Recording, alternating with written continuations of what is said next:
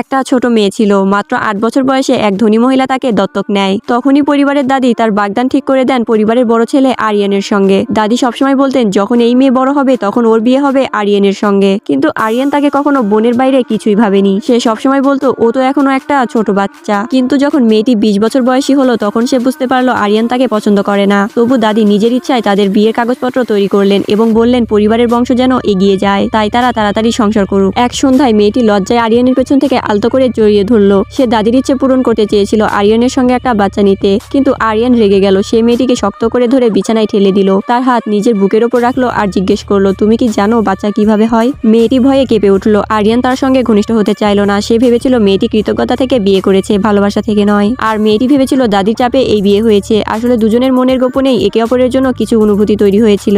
আরিয়ান চেয়েছিল মেয়েটি নিজের স্বাধীনতা পাক, তাই সে আগে থেকেই একটা তালাকের চুক্তি তৈরি করেছিল। ৩ মাস পর বিয়ে শেষ করার ব্যাপারে দুজনেই রাজি হয়। মেয়েটির চোখে জল এসে গেল, তবুও সে চুক্তিতে সই করলো। আরিয়ান স্বেচ্ছায় সোফায় গিয়ে ঘুমালো। পরের দিন মেয়েটি দাদির আদেশ মেনে কোম্পানিতে ইন্টার্নশিপ শুরু করলো। সে ঠিক করলো আরিয়ানের থেকে দূরে থাকবে। সে ইচ্ছে করে অফিসে আরিয়ানের সামনে যেত না। আরিয়ান এটা দেখে রেগে গেল, কিন্তু কিছু বলল না। কোম্পানির এক বিশ্বস্ত সেক্রেটারি সচিন, যে মেয়েটিকে ছোটবেলা থেকে চিনত, সে মেয়েটিকে নিজের তত্ত্বাবধানে রেখে ব্যবসা শেখাতে লাগলো। কিন্তু তাদের একসাথে কিছু ছবির কারণে সহকর্মীরা গুজব ছড়াতে লাগলো যে মেয়েটির সঙ্গে সচিনের সম্পর্ক আছে। কোম্পানির গ্রুপ চ্যাটে সেই ছবি ভাইরাল হয়ে গেল।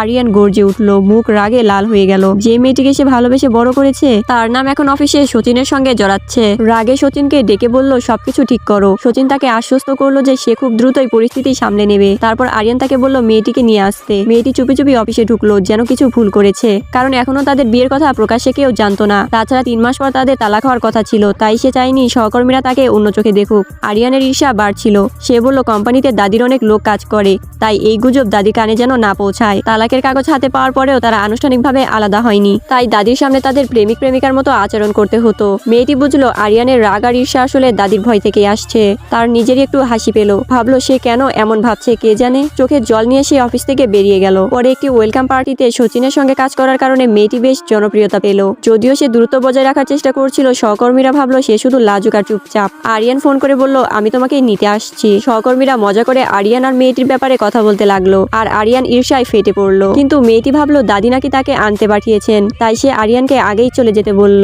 আরিয়ান বাইরে অপেক্ষা করলো পার্টি শেষ হওয়া পর্যন্ত। তখন হঠাৎ এক মহিলা সেলিব্রিটি অফিসে ঢুকলো। সে আরিয়ানের সঙ্গে ঘনিষ্ঠ আচরণ করতে শুরু করলো। এই দৃশ্য দেখে মেয়েটি চুপচাপ তাকিয়ে রইল। মনে মনে ভাবলো হয়তো আরিয়ান এখন সত্যি তালাকের জন্য অধীর হয়ে গেছে এবং আবারও সে ভুল বুঝে ফেললো।